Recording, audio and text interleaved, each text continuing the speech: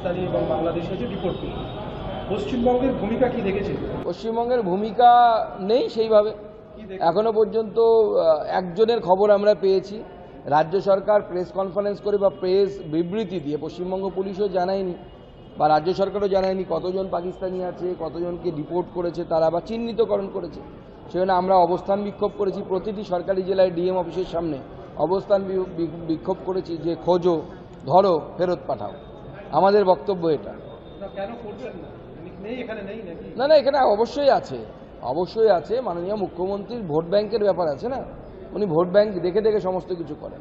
আপনারা তো দেখলেন মাননীয় মুখ্যমন্ত্রী যেভাবে মুর্শিদাবাদ নিয়ে আত্মসমর্পণ করলেন দাঙ্গাকারীদের কাছে এবং বিএসএফ গুলি চালিয়ে হিন্দুদের প্রাণ বাঁচিয়েছে, এটাতে উনি যৎপর নাই অখুশি, অত্যন্ত অ্যাংরি। উনি চাইছিলেন দাঙ্গাটা হোক, আরও কিছু হিন্দুর ঘর বাড়ি ভাঙুক, হিন্দুর মা বোনেদের ইজ্জত লুট হোক, বিএসএফ চুপচাপ দাঁড়িয়ে থাকুক, গুলি তার পুলিশের মতোই আর কি, তার পুলিশ যেরকম চুপচাপ দাঁড়িয়ে থাকে। মাননীয় মুখ্যমন্ত্রী এই জন্য খুব রাগ বিএসএফ এর উপরে, কেন বিএসএফ দাঙ্গা বন্ধ করেছে বুঝে যায়। ক্ষতিপূরণ দিলেন হিন্দুদের।